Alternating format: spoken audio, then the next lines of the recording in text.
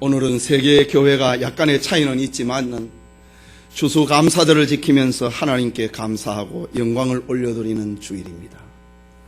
감사절의 성경적 기원을 말하자고 하면 출애굽한 이스라엘 백성들에게 하나님이 제정하신 3대 절기가 있습니다. 그 가운데 마지막 명절인 수장절의 그 기원을 두고 있습니다. 수장절은 이스라엘 백성들이 한 해 동안 수고한 결과인 곡식을 창고에 저장하면서 하나님의 은혜를 기억을 하는 감사의 절기입니다. 이때 이스라엘은 지난 광야 생활을 회고하면서 자신들이 하나님의 곡간과 같은 저 가나안에 머물고 있음을 감사하고 종려나무 가지와 무성한 가지와 시내 버들을 취하여 초막을 만들어 장막을 만들어 그곳에서 7일간 경건하게 생활을 합니다. 그래서 수장절을 가리켜서 초막절이다, 장막 속에 7일 동안 경건하게 머무른다 라고 해서 장막절이다 라고 부르기도 합니다. 하지만 수장절의 궁극적인 의미는 하나님의 자녀가 세상에서 알곡이 되어서 천국 창고에 저장됨을 기억하고 감사하는 절기입니다. 마치 수많은 과일들을 가을 추수기가 돼서 거두어서 창고에 저장하는 것처럼 세상이라고 하는 광야에서 성도들이 하나님의 자녀가 되고 알곡이 되어서 천국 창고에 저장이 된다. 그것을 기념하는 절기가 수장절입니다. 교회사적으로 볼 때의 추수감사절은 1620년 신구약 성경을 하나님의 말씀으로 믿고 그대로 살고자 한 개혁자의 후손인 영국의 청교도들이 신앙 자유의 영토를 찾아서 방황을 하던 중에 잉글랜드의 남서부 플리머스라고 하는 항구에서 메이플라워하러 가는 배를 타고 63일간의 항해를 거쳐서 신대륙에 도착한 것에 기원을 둡니다. 그들은 신대륙에 도착하자마자 먼저 예배당을 짓고 학교와 병원을 짓고 그리고 자신들의 집을 지었습니다. 땅을 개간을 해서 농사를 지어서 열매와 곡식을 거두게 되었습니다. 저 영국 플리머스 남쪽에서 102명이 출발을 했는데 1년이 지나는 동안에 절반 가까운 사람들이 풍토병으로 인하여서 죽고 말았습니다. 살아남아 있는 사람들은 1년에 곡식을 추수를 할 때에 그들의 기쁨은 한이 없었습니다. 그들은 곡식과 열매를 주신 하나님께 그리고 살아남은 것에 대한 감사로 하나님께 감사했습니다. 그리고 자신들에게 농작물을 재배하는 기술을 가르쳐준, 자신들에게 도움을 준 인디언들을 초청을 해서 함께 감사하고 하나님 앞에 잔치로 지낸 것이 오늘 교회사적인 추수감사절의 기원이 됩니다. 이때가 1621년이고 21년 11월이고 교회사적인 첫 번째 추수감사절이 되는 것입니다. 그러나 우리는 성경에서 수장절이라고 하는 것에서 참된 의미를 얻습니다. 오늘 읽은 본문 역시 우리에게 엄청난 감사를 생각나게 하는 말씀입니다. 예수님은 베세다 광야에서 허기진 군중들을 위하여서 보리떡 5개와 물고기 2마리로 5,000명을 먹이시고 그 남은 것을 거두었더니 12바구니가 되었더라 라는 사건입니다. 이 땅에 생명의 떡으로 오신 예수님께서 지치고 고달픈 인생들에게 양식을 배불리 먹여주셨습니다. 그리고 하늘의 소망을 잃지 않도록 하셨습니다. 그 축복의 상징이 바로 12바구니였다라는 것입니다. 이 아침에 12바구니의 축복이라는 제목으로 하나님의 말씀 받고자 합니다. 12바구니의 축복, 이것은 우리에게 무엇을 교훈하고 있는가? 첫째는 주님이 불쌍히 여기신 자를 위한 축복의 바구니입니다. 어느 날 예수님께서 제자들에게 둘씩 짝을 지어서 마을로 보내서 전도하도록 하셨습니다. 제자들은 전도 현장에서 하나님의 능력을 체험을 했습니다. 감격했습니다. 자신들 앞에서 병이 고침을 당하고 귀신들이 쫓겨나가는 이런 기적을 경험을 했습니다. 돌아와서 흥분에 사여서 예수님께 보고합니다. 이때에 주님께서는 피곤에 지친 제자들과 함께 한적한 곳에서 쉬기 위해서 배를 타고 갈릴리 북쪽 해변에 위치하고 있는 베세다 지역으로 배를 대었습니다. 그런데 수많은 군중들이 예수님이 가시는 것을 보고 먼저 도보로 달려와서 예수님과 그의 제자들 일행이 그 해변에 배가 닿는 그 광경에서 예수님을 영접을 하는 그런 일이 벌어졌습니다. 33절 34절의 말씀인데 제가 읽겠습니다. 그 가는 것을 보고 많은 사람이 저희인 줄 안지라 모든 고을로부터 도보로 그것에 달려와 저희보다 먼저 갔더라. 예수님은 제자들과 더불어 한적한 곳에서 좀 쉬시러 갔는데 사람들이 그만 몰려들어 버렸다라는 말입니다. 34절에 예수께서 나오사 큰 무리를 보시고 그 목자 없는 양 같음을 인하여 불쌍히 여기사 이에 여러 가지로 가르치시더라 라고 기록합니다. 예수님과 제자들은 지금 식사할 겨를도 없이 일을 하셨습니다. 피곤에 지쳐서 조금 쉬려고 배를 띄워갖고 잠깐 옆으로 가는데 사람들이 몰려들었습니다. 주님은 자신의 몸이 피곤하였지만은 자기에게 찾아오는 큰 무리가 밉지 않았습니다. 그들은 돈이 없어서 의원을 찾지 못하는 병자들의 무리가 섞여 있었기 때문입니다. 그들은 당시의 로마의 관원들과 종교 지도자들의 학정에 시달려 있던 불쌍한 군중들이었기 때문입니다. 당시의 예루살렘에는 로마의 문명과 히브리 문명이 결합이 되어서 그 화려함은 장관을 이루었습니다. 그러나 군중들은 화려한 시설과 첨단 문화에서 행복을 얻을 수가 없었습니다. 예루살렘에 유명한 지도자들이 많이 있었습니다. 빌라도를 비롯한 로마의 관리들, 많은 제사장들과 바리새인들, 서기관과 교법사와 공회원들, 그리고 사두개인들과 장로들이 붐비는 예루살렘이었습니다. 그러나 백성들은 그들에게서 행복을, 기쁨을, 만족을 얻을 수가 없었습니다. 그래서 군중들은 예루살렘보다는 시골과 촌락과 광야에 계시는 예수님을 찾아서 그곳으로 몰려들기 시작한 것입니다. 오늘 성경에 예수님께서는 자신을 찾아오는 군중을 불쌍히 여겼다라고 합니다. 빌라도 총독과 저 예루살렘의 로마의 관리들과 제사장들은 가련한 군중들을 불쌍히 여기는 것이 없었습니다. 그러나 예수님은 오늘 성경에 보니까 큰 무리를 보시고 그 목자 없는 양 같음을 인하여 불쌍히 여기사 이에 여러 가지로 가르치시더라. 여러분, 양무리에게 있었어. 목자에게서 떨어져 나갔다. 이것은 양에게 가장 큰 비극입니다. 양은 멀리 보지를 못합니다. 물이 어디에 있는지, 초목이 어디에 있는지, 위험이 어디에 도사리고 있는지 알지 못하는 것이 양입니다. 예수님께서는 지금 한적한 곳에 잠시 쉬러 오셨는데 수많은 군중들이 몰려드니까 이런 모습을 보고 마치 목자를 잃어버린 양과 같았다. 그리고 예수님께서 그들을 보고 그들의 목자가 되어 주었다.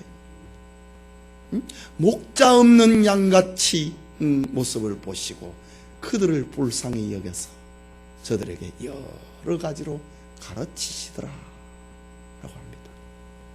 여러분, 예수님은 우리를 불쌍히 여기시는 분입니다. 이것이 우리의 소망입니다. 예수님은 죽은 나사로를 찾아가서 우셨습니다. 예수님은 멸망을 향하여서 다름질하고 있는 가련한 예루살렘 시민들을 보고 우셨습니다. 예루살렘아 예루살렘아 암탉이 병아리를 모음과 같이 내가 너희를 모으려고 얼마나 했던가. 그러나 너희들은 거절했도다.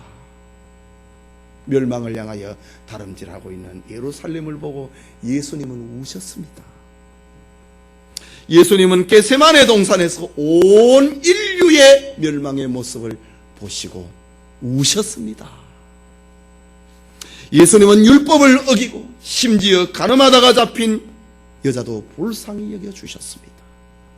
예수님은 십자가에 달려 죽어가는 한편 강도의 죄를 용서하시고 네가 오늘 나와 함께 낙원에 있으리라 말씀해 주셨습니다. 예수님은 우리의 죄를 70번씩 7번이라도 용서해 주시는 분입니다. 예수님은 상한 갈대를 꺾지 아니하시고 꺼져가는 심지를 등불을 끄지 아니하시는 주님입니다. 여러분, 병원의 중환자실에서 산소 호흡기를 끼고 숨을 헐떡이고 있는 사람들, 여러분 보십니까? 주님께서는 상한 갈대를 꺾지 아니하시고 꺼져가는 심지를 끄지 아니하시는 주님이십니다. 오늘 본문에 베세다 들판에 운집한 군중들은 시간 가는 줄 모르고 주님의 가르침에 빠져들었습니다. 그들은 행복했습니다. 하지만 베세다의 현실은 갈대와 찬바람이 나부끼는 들판입니다. 군중들에게 숙식이나 편의를 제공할 수 있는 집이 없는 들판입니다. 그곳에는 장정만 5,000명이고 그 외에 여자와 노인과 어린아이 합하면 수만 명의 사람들이 예수님께 몰려들고 있었습니다. 해는 저물어 가고 허기진 빈들의 군중들은 쓸쓸해 있습니다. 여러분, 우리가 살고 있는 세상에 과학 문명이 발달하고 지도자가 많고 정치가도 많고 법률과 교육가도 이렇게 많은데 우리의 인생을 만족시켜주는 이가 누가 있습니까? 어제도 10만 명이 넘는 사람들이 저 서울시청 앞 광장에서 자신들의 욕구를 채워달라고 시위를 하지 않았습니까? 누가 저들의 욕구를 다 채워줄 수가 있겠습니까? 지식인이나 무식인이나 한결같이 목말라하는 세상입니다. 서울 사람이나 시골 사람이나 여전히 목말라합니다. 현대인들은 시간과 공간과 문화는 달라도 저 베세다 광야의 군중들과 별반 다르지 않습니다. 주님 보시기에 우리 역시 목자 없는 양같이 가련할 뿐입니다.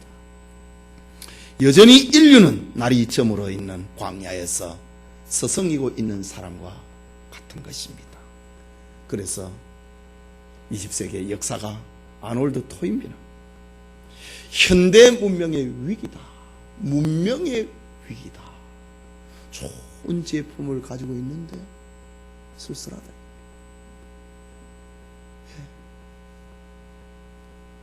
좋은 문화를 누리고 있는데 외롭다, 현대 문명의 위기라고 토인비 교수는 그렇게 말을 했습니다. 전도자 사도 바울은 밤이 깊고 낮이 가까웠다.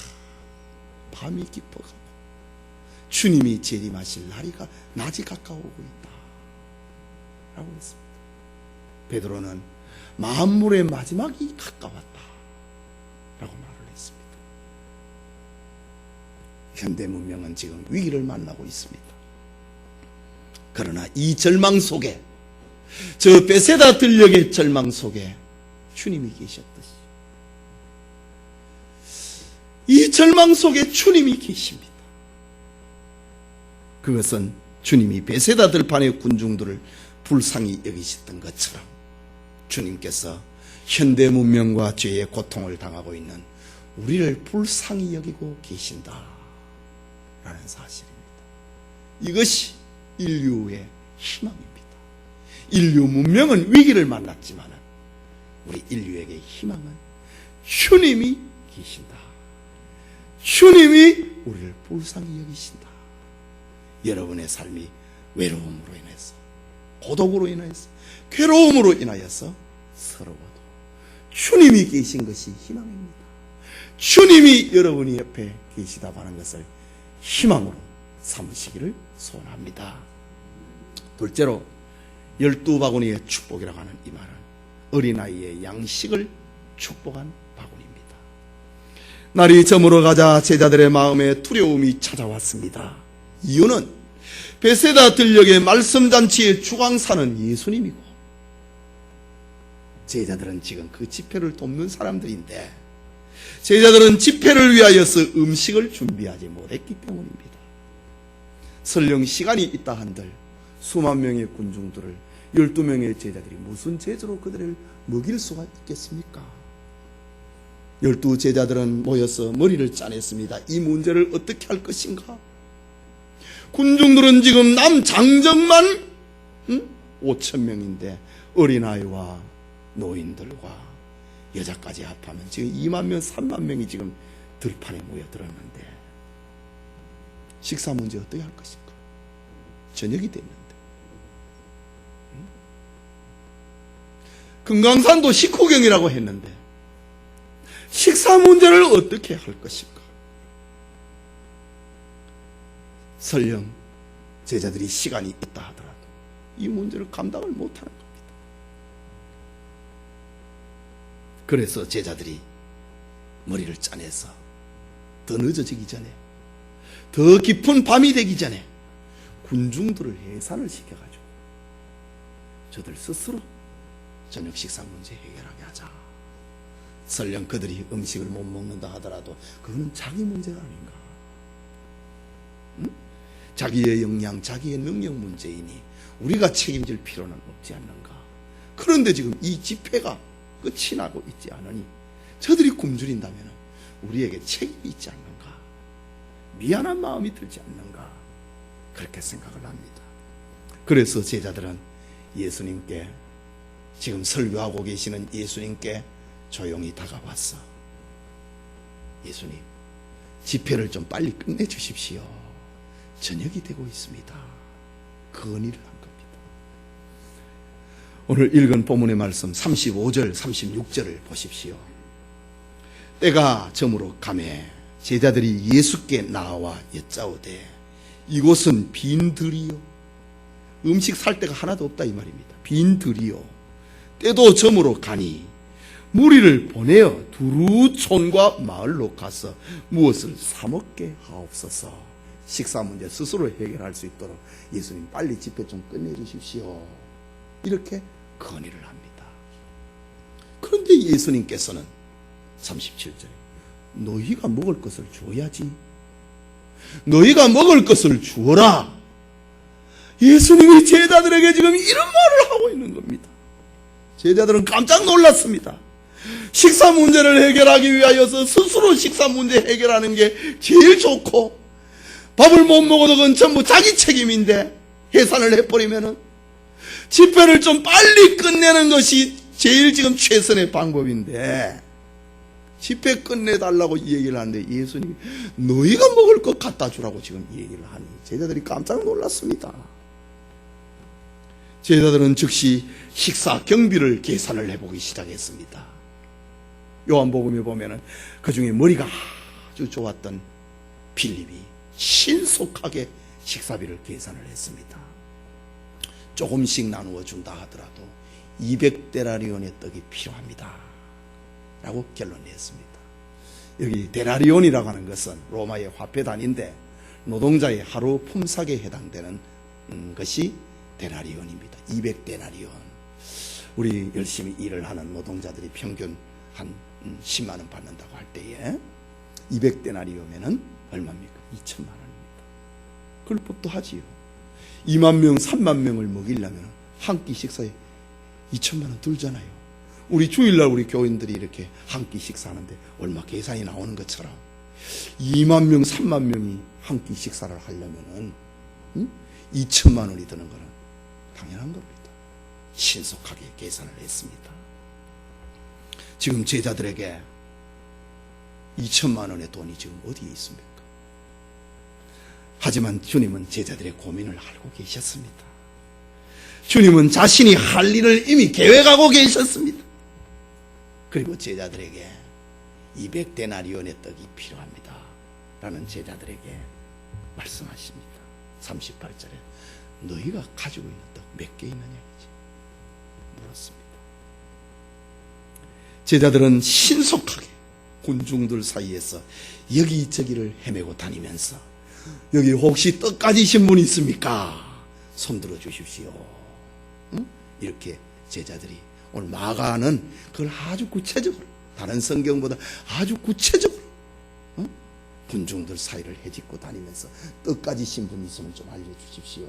예수님이 지금 떡이 몇 개 있냐고 물어보십니다. 지금 이렇게 합니다. 38절에 보면은 이르시되 너희에게 떡 몇 개가 있느냐 가서 보라 하시니, 예수님이 지금 제자들 가서 알아봐라 라고 했습니다. 그리고 38절 중간에 알아보고 가로되 돌아다녔다. 군중들 사이를 헤집고 다니면서 혹시 떡 아직까지 좀 남은 사람 누가 있습니까? 손들어 보십시오. 이 얘기를 한 겁니다. 알아보고 가로되 떡 5개와 물고기 2마리가 있더이다 하거늘. 떡 있다고 하는 사람, 뭐 숨겨놓은 사람도 있겠지요. 떡 있다고 하는 사람이 한 사람 나타났습니다. 네, 아직 떡 남아있다 이지. 오늘 본문을 병행을 해서 기록을 하고 있는 요한복음 6장 9절에 보면은 이 떡은 한 어린아이의 것이었다 라고 합니다. 그리고 그 떡은 보리떡이었다 라고 합니다. 여러분, 밀로 만든 떡은, 살로 만든 떡은 아주 맛이 있습니다. 상류층의 사람들이 먹는 것입니다. 그러나 보리떡 여러분 먹어보셨지요? 보리밥 먹어보셨지요? 보리떡, 그것은 예수님 당시에도 가장 하층 계층에 있는 서민들이 겨우 먹는 그런 음식이었습니다. 한 아이가 보리떡 5개 하고 조그마한 생선 2마리를 가지고 있었다. 여기 있습니다. 아이가 이 얘기를 했다는 겁니다. 예, 이것이 예수님께서 찾고 있는, 알아보라, 예수님이 찾고 있는 저 베세다 광야의 기적의 재료였습니다. 중요한 것은 어린아이의 한 끼 양식이었지만은 그것이 주님의 손에 여기 있습니다. 그리고 주님의 손에 들려졌다고 하는 사실입니다. 여러분, 천지가 창조되고 난 다음에 하나님께서 행하신 기적들은 다 이미 있는 것들을 변화시키는 기적이었습니다. 천지 창조는 아무것도 없는 데서 있는 것을 만드시는 하나님이십니다. 그러나 천지 창조 이후에 하나님께서 일으키신 기적은 다 있는 것을 변화시켰습니다. 예. 어린 모세가 태어났습니다. 석 달을 숨겨 키웠지만 더 이상 숨길 수 없어서 아므람과 요게벳은 갈대상자 바구니에 담아가지고 그 아이를 나일강에 띄웠습니다. 그런데 바로의 공주, 바로 왕의 공주가 그 상자를 본 겁니다. 뚜껑을 여는 순간에 아이가 울었습니다. 하나님께서는 모세의 눈물과 울음소리를 사용을 해서 공주로 하여금 측은한 마음이 들고 내 아이로 키워야 되겠다, 그렇게 만들어 버렸습니다. 하나님께서는 모세로 하여금 애굽에 10가지의 재앙을 일으킬 때에 모세의 손에 들고 있는 지팡이를 가지고 기적을 행하는 도구로 만들었습니다.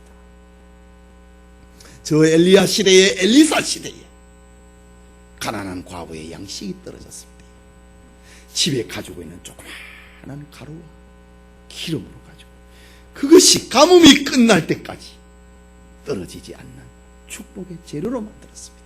가지고 있는 것을 가지고 말입니다. 가지고 있는 것을 가지고 기적의 재료, 엘리야 앞에 너와 네 자식을 위해서 먹지 말고 사르밧 과부에게 나를 위해서 떡 만들어라, 그것을 했을 때 그 집에 가루와 기름이 떨어지지 아니했더라 라고 합니다. 하나님은 저 다윗의 소년 다윗이 들고 있는 물맷돌을 가지고 블레셋의 거인 골리앗을 죽이는데 물맷돌을 사용을 했습니다. 예수님은 자신의 참 소박하고 보잘것없는 12명의 제자를 통하여서 세계 교회를 세우는 기둥으로 사용을 한 것입니다. 여러분, 이것은 수학이 아니고 믿음입니다. 과학이 아니고 신학입니다. 예술작품이 아니고 위대한 신비입니다. 주님이 행하신 생명의 신비입니다. 보리떡 5개와 물고기 2마리를 가지고 주님께서 5,000명을 먹이고 12바구니 남았다. 이거는 신학입니다. 과학이 아니고 신학입니다. 신학입니다. 신비입니다.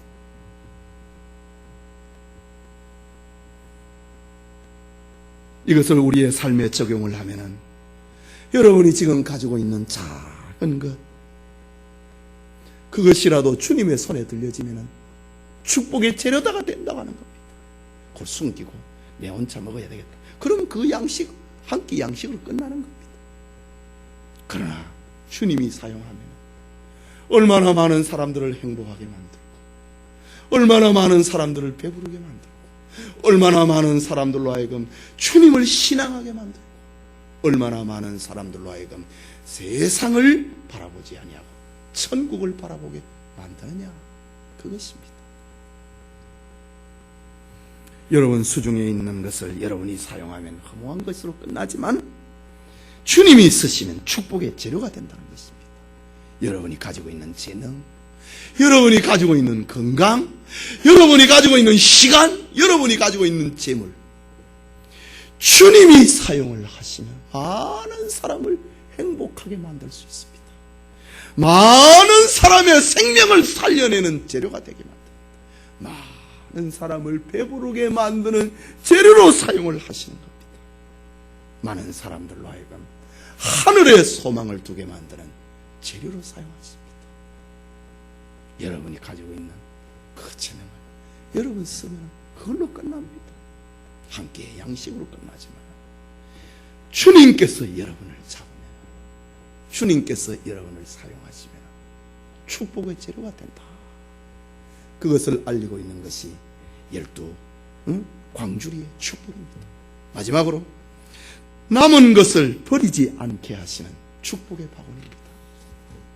본문 42절 44절에 보면은 다 배불리 먹고 남은 떡 조각과 물고기를 12바구니에 차게 거두었으며 떡을 먹은 남자가 5,000명이었더라.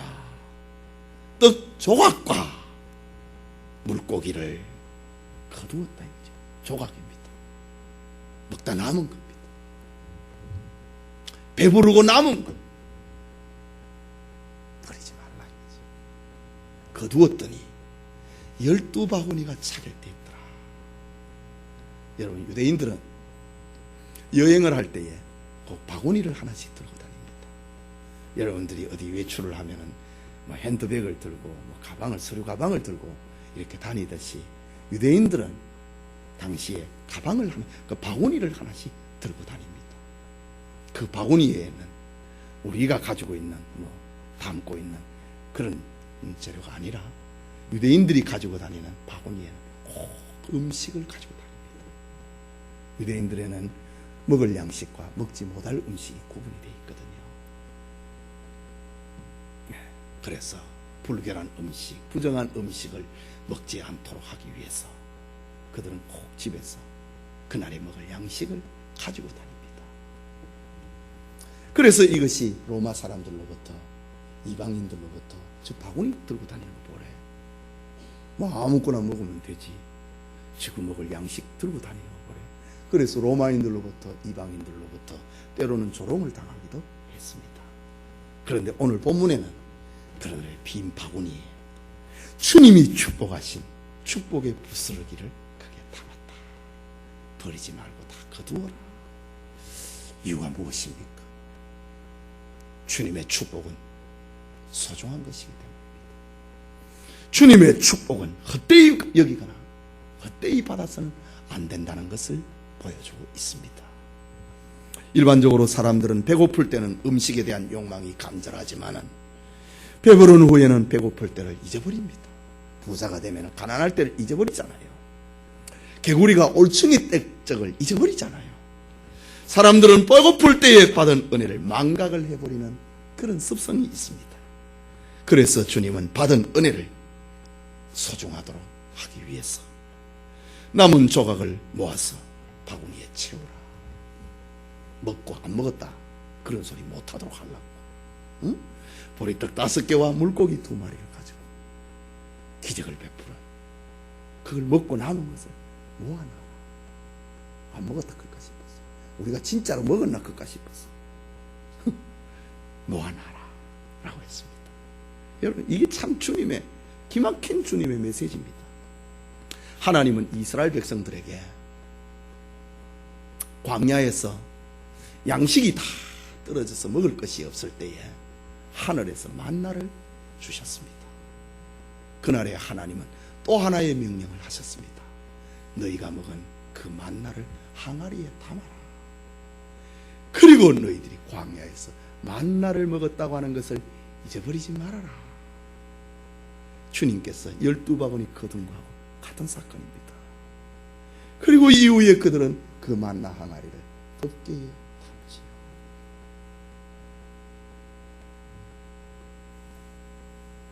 하나님은 여호수아에게 요단강을 건너고 난 다음에 요단강 바닥에 있는 돌 12개 큰 돌을 장정들을 보내서 그 돌을 짊어지고 와서 길가리라고 하는 곳에 탑을 쌓아라.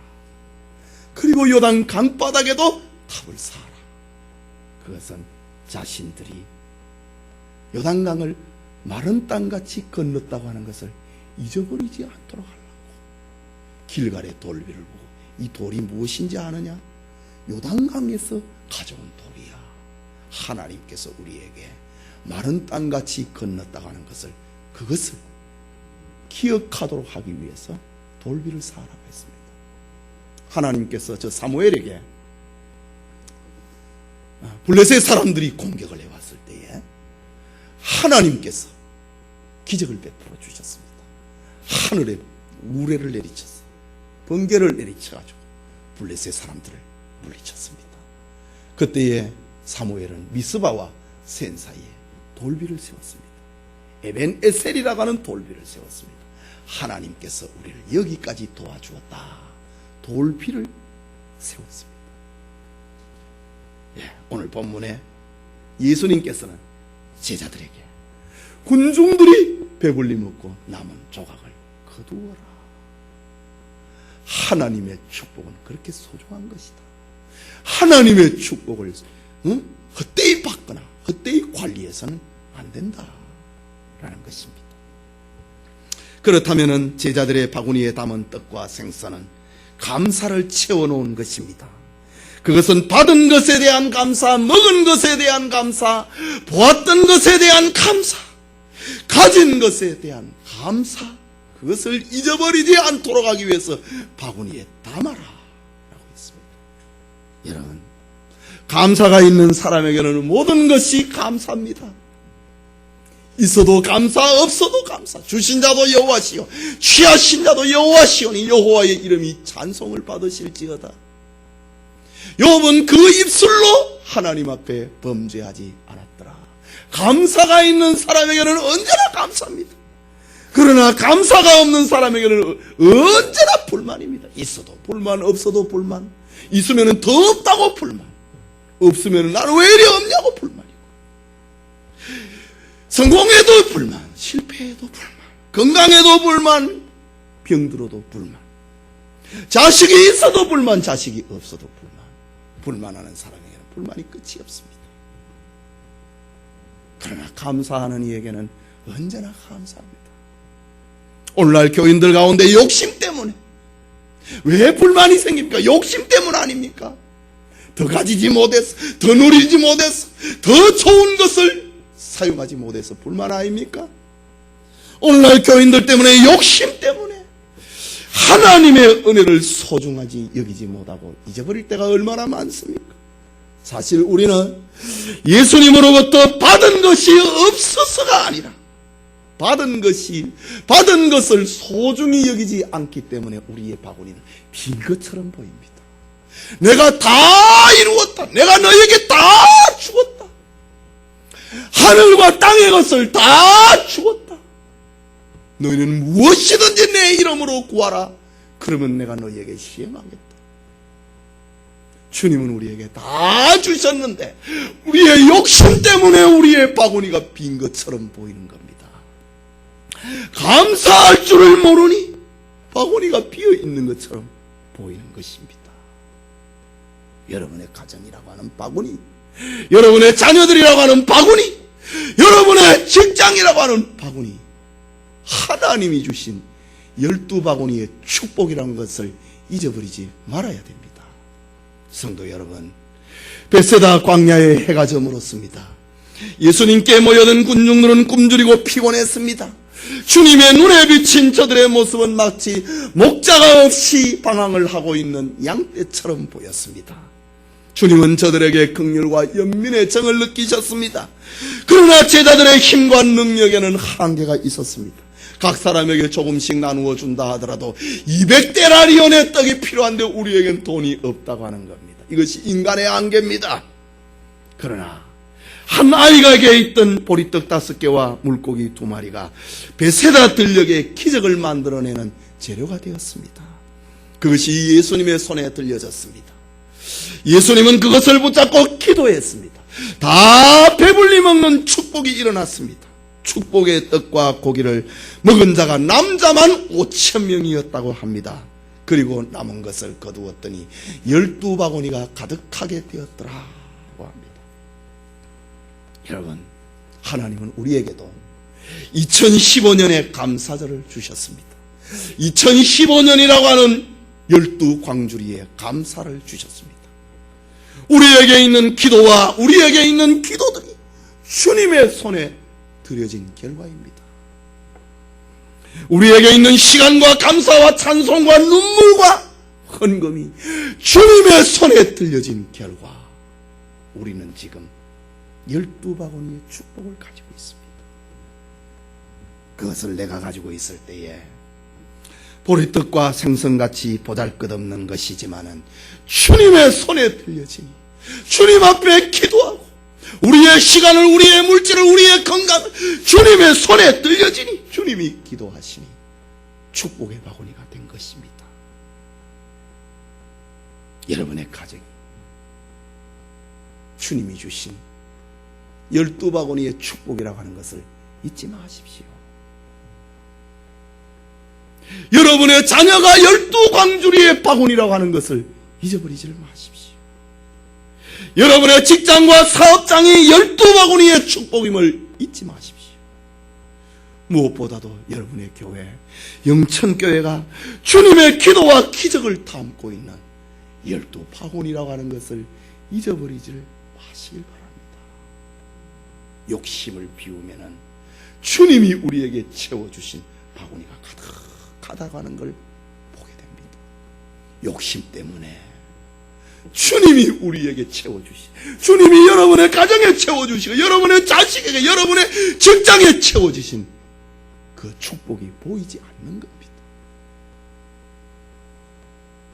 주님이 베풀어 주신 12바구니의 축복이 우리 모든 성도님들에게 함께하기를 소원합니다.